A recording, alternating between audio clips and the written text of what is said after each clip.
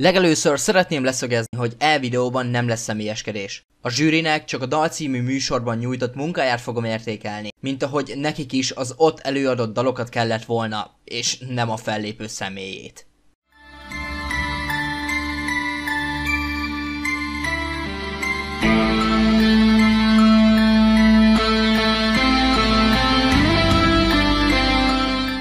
Sziasztok! Mathok vagyok. Most két videó elejéig eltérünk a szokásos témánktól, mivel megszavaztátok, hogy legyen videó az Eurovízióról. Viszont először úgy éreztem, hogy beszélnem kell a dalról. A dal ugye a magyar válogatónk, amin a dalok és az előadók egymással versengenek, hogy kit juttassunk az Eurovízióra. Ez a műsor előtt is valamikor volt válogatónk, és valamikor csak belsős emberkék jelölték ki, hogy kit küldjünk. Ezért történhetett meg, hogy Ádok Zoli 2009-ben képviselhette Magyarországot, és elérhetett vele egy szép, egyenes ágú kiesést. 2011-ben is még az MTV-já választotta ki, hogy kit küldjünk, és akkor ugye Wolf Kati volt a választottunk ki, bejutott a döntőig. Aztán 2012 óta létezik a Dal című műsor, melyben a közönség a zsűri beleszólásával választhatja ki a dalt, mely hazánkat fogja képviselni. Mióta ez a rendszer működik, azóta végig döntősök vagyunk, és amennyiben idén is bejutunk a döntőbe, azzal egy Eurovíziós rekordot döntünk meg, ami lökést adhat az általunk kiküldött számnak. A dalban mindig is változott a zsűri, és mindig is divat volt őket szídni. Pont úgy, mint az általuk és a közönség által választott zenét. Ezt eddig egyértelműen csak magyarok csinálták. Ez most viszont megváltozott. A 4 zsűritagból egy valaki maradt, aki képes megfogalmazni álláspontját értelmesen, a pontszámának indoklása érdekében. Emellett a személyes szimpátiát félretéve dönteni a dalok sorsára. Igaz, az ízlése nem egyezik meg mindenkivel, de pont emiatt kellett volna mellé 3 különböző zenei ízlésű ember, kik képesek értelmesen kifejteni álláspontjukat. Most az egész zsűrit a külföldi közönség is szídja. Szimplán azért, mert Bot Miki döntésének a tényleges utánzása ment végig. És mikor a társai az előbb elhangzott dalról konkrétan nem is beszéltek, akkor még ő is megemlítette, hogy ideje lenne a dalról is beszélni.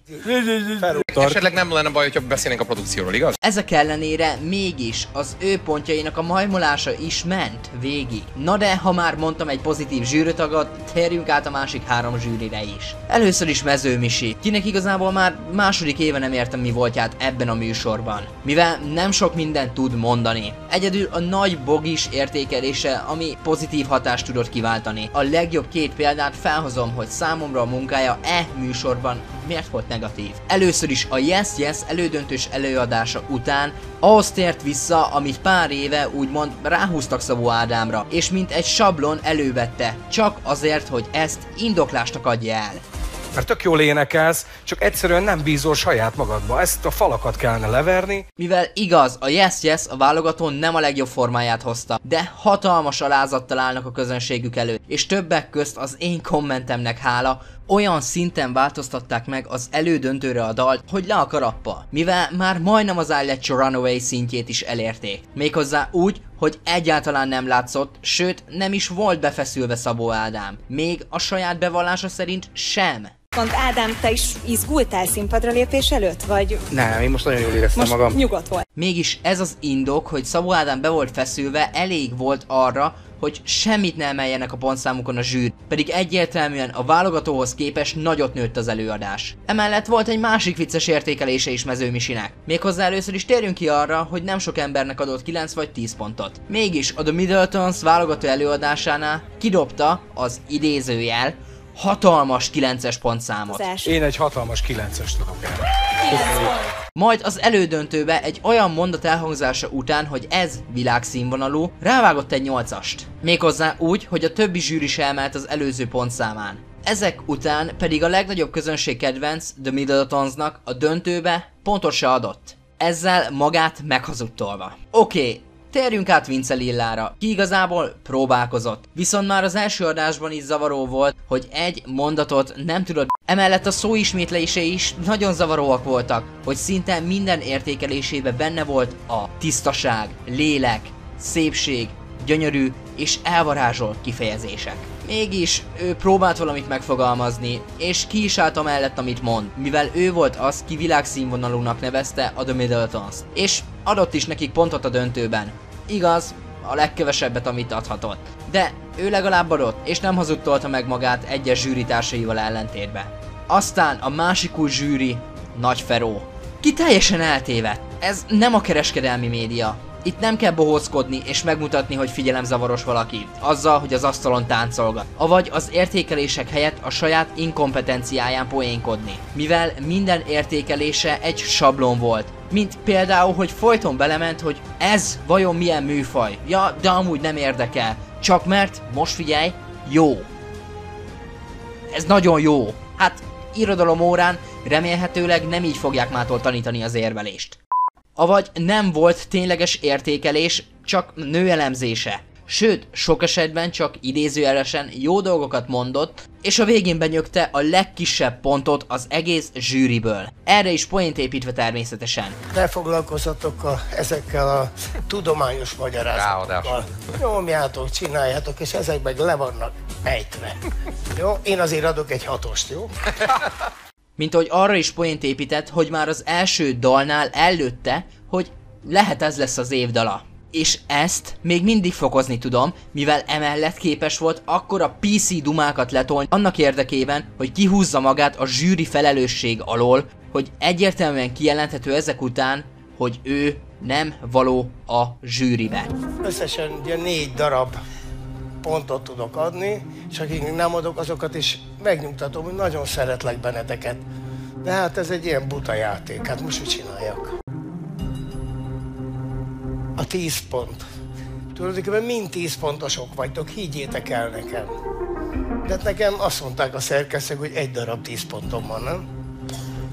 Nem képes betölteni azt a szerepet, amit szántak neki. És ugye a szuperdöntő, ahol a zsűri nem juttatta be azokat a dalokat, miket az egekig magasztalt. Példának a legnagyobb közönség kedvencet a The Middleton, vagyis azt az előadást, akiket világszínvonalúnak neveztek. Avagy Szekér Gergőt, kinek az értékelését azzal indították, hogy lehet ez lesz az évdala. És a top 4-ben szinte csak olyan dalok kerültek be, amik külföldiek által hallva unalmasak. Mivel azoknak a daloknak, ha nem érted a szövegét, akkor egyből elengeded, nem érdekelnek.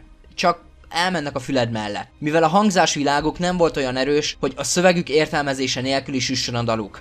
Így a top 4-ből egyedül egy valaki jöhetett számításba, kinek a hangzásvilága van annyira egyedi, hogy a szöveg nem értése se akadályozza meg az embereket, hogy tovább hallgassák a számot. Így egyértelmű volt, hogy Pápai Joci fog kijutni. Ismét. Vagyis főképp ezért utálták, avagy utáltam én a döntőt, mivel ezzel minden izgalmat elvesztett a műsor. Sőt, mivel minden maradék reményt is elvettek a nézőktől, így minden bizalmat, avagy elismerést elvesztett a zsűri. Mivel a közönség jogosan őket okolja, hogy az idei dalt unalmassá tették, és nem megérdemelten kiejtettek több közönségkedvencet is. Szóval ja, tényleg nagy gondok voltak zsűri szinten. Sőt, a zsűri inkompetenciája miatt több cringe dolog volt a műsorban, mint az idei X-faktorban. Többek közt Petruska miatt, kinek egy szimpla oké zenéje volt, amit ők az egekig magasztaltak, mivel még az asztalon is táncoltak, majd hatalmas pontokat dobáltak valaminek, ami igazából annyira nem volt kiemelkedő. Aztán pedig kizárták, mert az alap meg a refrén is lopott. Nem ciki. Sőt, ezek után a döntőben szó sem esett erről az esetről. Így, mintha mi sem történt volna, a szőnyegarásra pörték az egészet. Viszont most, hogy túl vagyunk a legnagyobb falaton, vagyis a zsűrin, térjünk át a műsorvezető párasunkra, kik igazából énekesek és nem műsorvezetők, viszont egyes eseteket meg tudtak oldani profi módon. Azonban néha cringe-eltem, mikor úgymond pártot foglaltak egyes előadók mellett. Gondolok itt dalos blogi reppelésére, ami indokolatlan volt. Egyedül a USNK rajongói táborának a figyelmét hívta fel magára ezzel, amivel semmi baj nem lenne, ha ezt nem a műsorban csinálta volna, mivel itt ugye pártatlannak kell maradnia a műsorvezetőknek. De viszont ez az első műsora, majd fejlődik téren, mivel így is jobban tudta ezt a feladatot megoldani, mint egy másik csatorna tehetségkutató műsorának a idézőjeles műsorvezetője. Na de hagyj emeljem még ki, hogy a dal 2019 technikailag viszont megtartotta az eddigi színvonalát. Avagy még több pirotechnikát és látványelemet engedtek a versenyzőknek. és ez Európa szerte az egyik legjobb válogató technikailag. Szóval összegzésként a 2019-es dal egy nagy csalódás volt. A zsűri nagy része nem odavaló, és nincs ott semmi modernebb hangzásvilágot kedvelő ember, ki képes kifejteni érvekkel véleményét. Így ez teljes mértékben elrontotta a közönség számára az idei dal. Emellett a dalokat is a műsorba kerülés előtt kellett volna még átvizsgálni, mivel egyértelműen, hogy kizárnak valakit, majd mintha mi se történt volna, nem szólnak róla egy szó se, ez eléggé gáz. Végül ugye Joci jutott ki. Számomra a dala túl gicses, de mégis hálát adok annak, hogy az ő egyedi hangzásvilágában és előadásában ennyire gicses ez a zene. Mivel ő az, kivel szerintem a döntőig eljuthatunk. Madhawk voltam, hamarosan jövök egy Eurovíziós videóval is. Addig is, ha nem tettétek volna meg, iratkozzatok fel, és ha tetszett, nyomjatok egy lájkot. Véleményeteket várom ezzel a témával kapcsolatban a komment szekcióban. Sziasztok!